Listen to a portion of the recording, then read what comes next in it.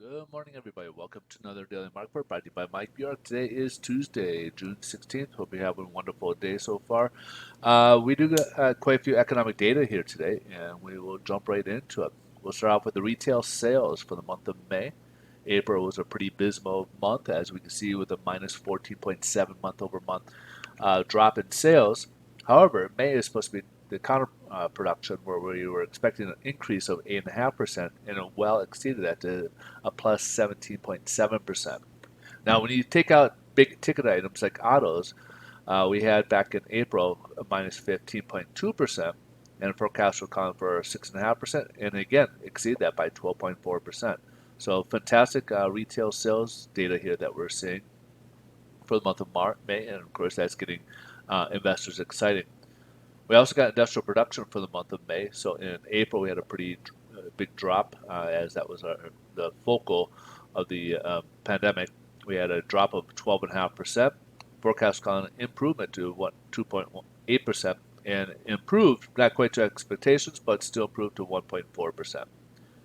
Now, on the other hand, we got capacity utilization. We had 64% back in April. Forecast supposed to be an uptick to 66.8. Had only a slight uptick, not near the forecast they're expecting at 64.8. However, these two are pretty minor reports, but these retail sales will be important data, as well as this home builders index for the month of June. So in May, it jumped up to 37%, or not percent, excuse me, on the index. This is the confidence for home builders level, and it was at 37 and it jumped up to 58, which is a pretty significant jump for the month of June. Then on the other hand, we got business inventories. This is kind of more of a minor report. We had a minus 0.3% for the month of March, and it dropped further to 1.3, which we would expect because it's April. But the big ones for this calendar economic data is the retail sales and home builders index. They're not going to look at these. These don't weigh as much on there. So, of course, for the most part, stock market will be up due to that data. But we're getting a lot of flexibility.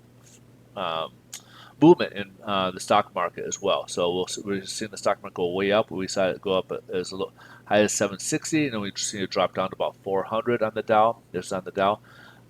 Because we're watching currently this morning where the Fed chair's testimony is going on right now, and with every comments he's making, you're seeing it pretty wide reflections. So it is moving quite a bit here. And coming up, I'll show you on the mortgage-backed securities how big that's being reflected, because whatever the or stock market is doing is kind of having that adverse effect on the bond market.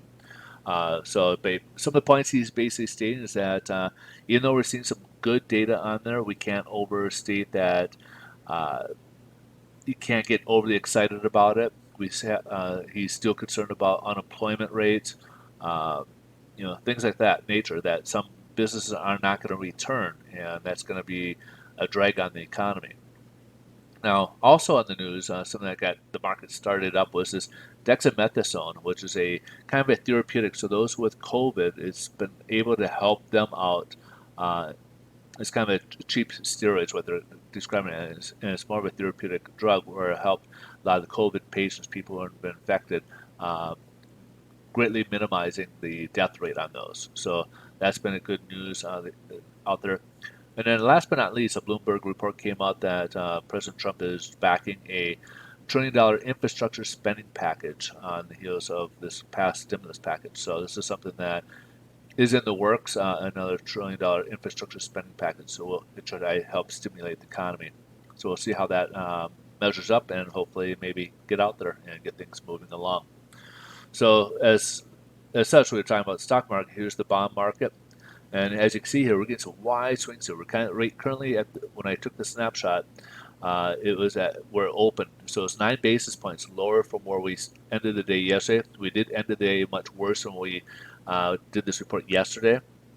Because remember, from when we left out the previous day, Friday, it was up. So it was doing a pretty good job because of the scare of the coronavirus. And then the stock market started shrugging that off, and money started flowing. So the stock market was way down, like Dow is down over 700, and I'm closing up over 100 points. And as a result, that 800-point swing basically took a toll on the bond market, and so just above the 25-day moving average. However, today with those good news, stock market was taken off. We opened the day below 25-day moving average. And since we've been kind of going back and forth trying to break above it, we had some good news there where the stock market went down to about 400, so we rose up to here. Stock market was down, like I said, about 760. We came close to hitting the 20 or 50-day moving average here. Right now, again, even after this, it's still kind of moving back and forth, and I even see it going down to right around here as well. So as a result, I think you're going to see a lot of lenders price in worse pricing today as just to kind of cover themselves to see with this uncertainty. But good news is if we kind of stay in this range, this uncertainty, that kind of bodes well for bonds because if you kind of see here, these long wicks here tend to have the opposite effect. So we've been kind of going downward here a little bit, but if we keep this uncertainty, we may see this uptick later. So take a look here. These long wicks on both sides here, kind of working its way up. See the long wick here, kind of worked its way up. See the long wicks there, kind of worked their way down. So this could be a good news for us with this uncertainty that could work in our favor here long term. It may not look good today, but over time it could help reverse it for us. So let's take a look here at the Treasuries. Treasuries, as you saw, we had dropped dramatically, way down to about 0.6, probably around 6.65. And then today we have a huge correction. It broke not only above the 50-day moving average, where it closed below the 25-day moving average, but the next resistant level up. And right now we're sitting at 75, pretty much where we started the day yesterday. So a pretty crazy jump there, like 10-point swings right there on the U.S. Treasury and yields. So again, we'll have to kind of wait and see if this can continue its work down there. If we're hoping that it would break below the 50-day moving average, primarily because it would help add less pressure on mortgage-backed securities. But with it now rising this far up, it could be in position to create more and more pressure on mortgage-backed securities. So we'll have to kind of wait and see how this all plays out. But again, with this when we see these uncertainties, sometimes the trend breaks the other direction. So this could help us out long term. But again, we won't know until later in the day where we close. Um, it may even close way down here. So the wick may be just this way, or vice versa, may go up here. So a lot of fluctuations in the market. All right, folks, thanks for your time today. I hope you guys appreciate on their mortgage rates. I'm going to say, again, to reiterate, most likely lenders are going to take a more conservative route and protect themselves and probably price in a little worse today as a result of where the market currently sits. But if you guys are in California looking to buy or refinance, please reach out. Love to be able to talk to you about your scenario. We've helped out a number of people on how we've set them up on different programs and different solutions to what they're looking to do, whether it's college funding or whether it's if they're going to become a real estate investor, to different things of those natures. Divorce situations, we're trying to help them split the equity or use the equity of the home in situations, or trying to remove one person out there. So we've helped out different situations, scenarios. So please reach out. Best way to reach me is direct message me or email me, are the two best ways. Email is probably the quickest. I'll be able to respond as I get those a little bit quicker, sooner than I see the direct messages. All right, you guys have a great rest of the day. Thanks so much for watching, and we'll look forward to seeing you in tomorrow's video. Bye-bye.